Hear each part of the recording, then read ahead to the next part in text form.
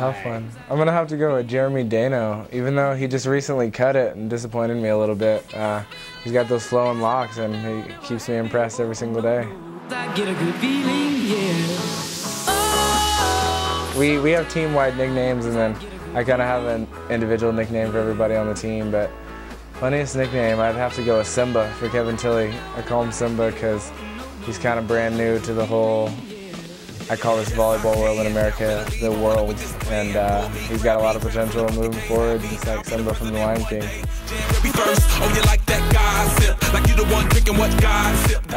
Obviously he talks in an accent sometimes, and we kind of go after him about that without hurting his feelings too bad, but also just he played in Canada before he came here, so we throw a lot of Quebec, French-Canadian jokes at him, and just, we center a lot of things around where he's from, but it's all in good fun. Well, actually, I played basketball when I was in high school, and a kid who ended up being an All-American with me at my high school was on my basketball team, and he kind of forced me to go to tryouts, and I hated it for the first week I was there, but he bought me lunch for a week as long as I'd keep coming, and eventually I started getting the hang of it, and I haven't left the gym since.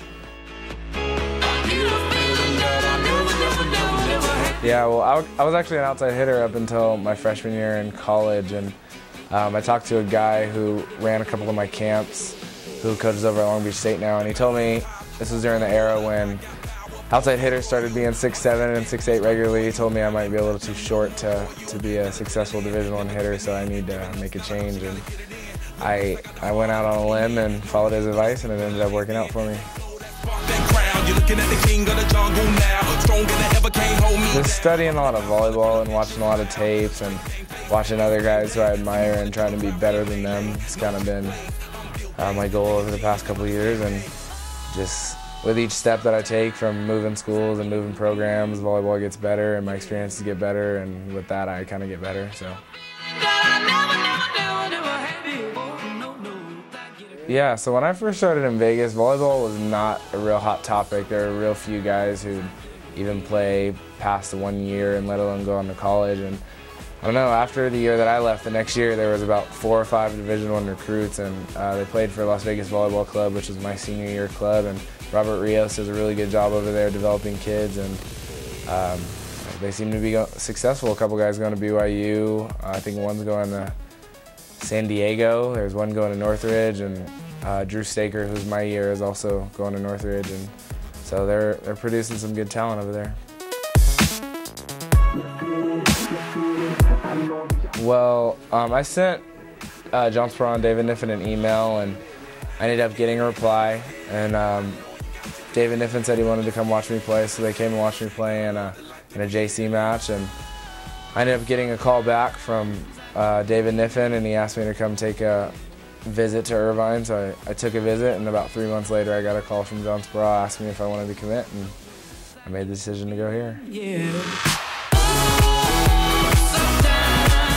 Oh, it's been awesome. I mean, I love the guys over at Long Beach and everything, and they're a ton of fun. And the guys here are the same exact thing, but we just have a really good community of guys around here. Like, the culture is really good on our team, and as well as being one of the best physical teams in the nation, we have a ton of fun every day and try to get better in practice. So it's a fast-paced game, and we kind of stick to our guns and try to remain the team we are every day.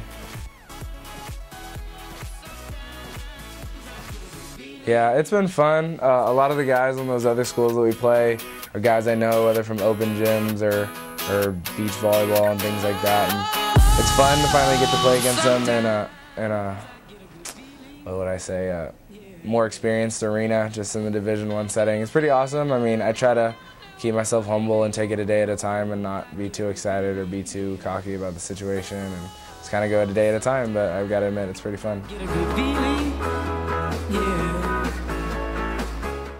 Well, I'm sure every team in the NCAA sets their sights on a national championship, and we like to think that's a realistic goal here at Irvine. And a lot of it's going to depend on how tough we get mentally and physically over the next couple months, but I mean, we're going to work our hardest to bring it home.